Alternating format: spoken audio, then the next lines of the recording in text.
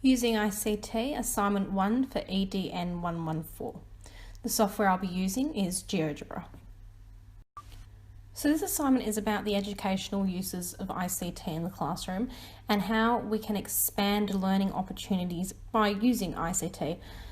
So the software that I'm using, as I said, is GeoGebra, and it's useful because you can do geometry, algebra, spreadsheets, graphing, statistics, and calculus, and you can modify that to create a program or worksheets that are appropriate for children in early primary or in high school, as well as beyond that.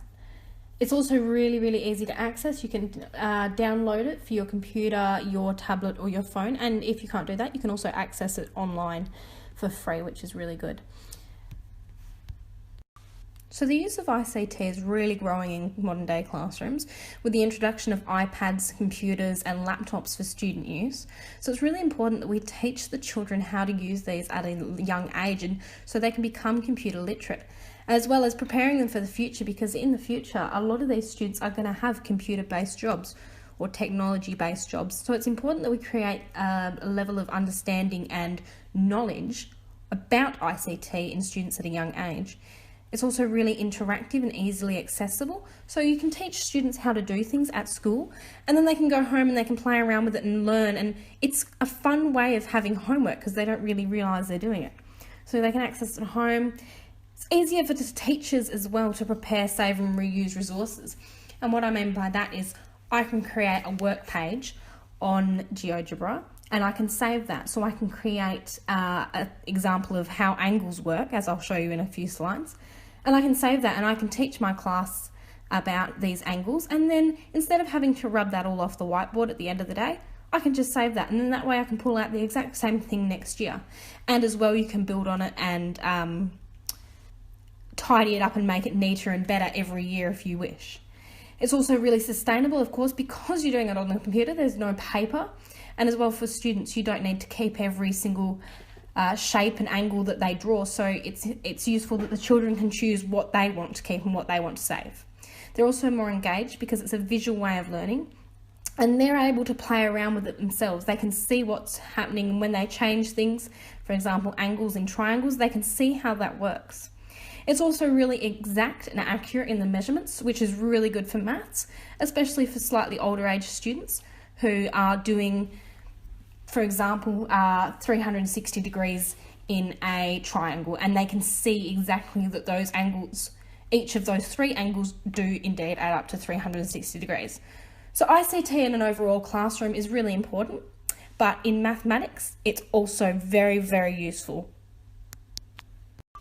So the ACARA code that I'm going to be basing this demonstration and presentation off is the ACMMG 141, and that's geometric reasoning for year 6 level.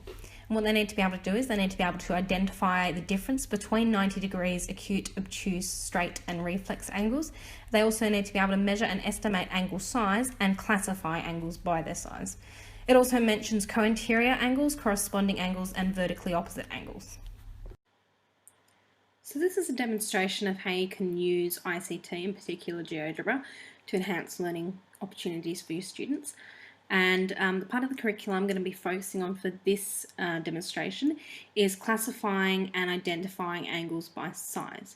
Rather than doing it on the whiteboard and drawing up several different sized angles and then rubbing them out and redoing them and asking the children to tell you what they are, you could actually give your children this file and they could open this up on their own iPad, computer, desktop, and they can play around with it. So what I've written down here is I've written the angles that I'd want the students to look for, and this is taken from the curriculum, and I've set it at exactly 90 degrees, and I've done this because it is a little bit hard to get these angles exactly on point, so exactly at 90 degrees, exactly 180.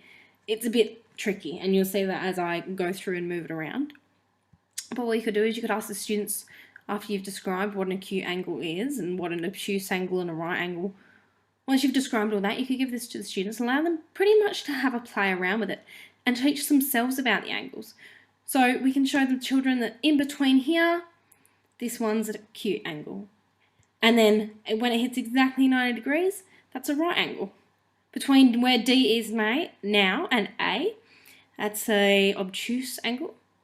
And then we've got our straight angle exactly on the line. It's like I'm showing you, it's a little bit hard to get 0, 0.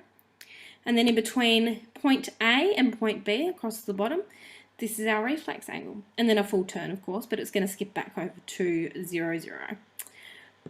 What's good about this, though, is that the children can play and they can see the angle really clearly and they can see what they're looking at. For example, in here, if this was a triangle,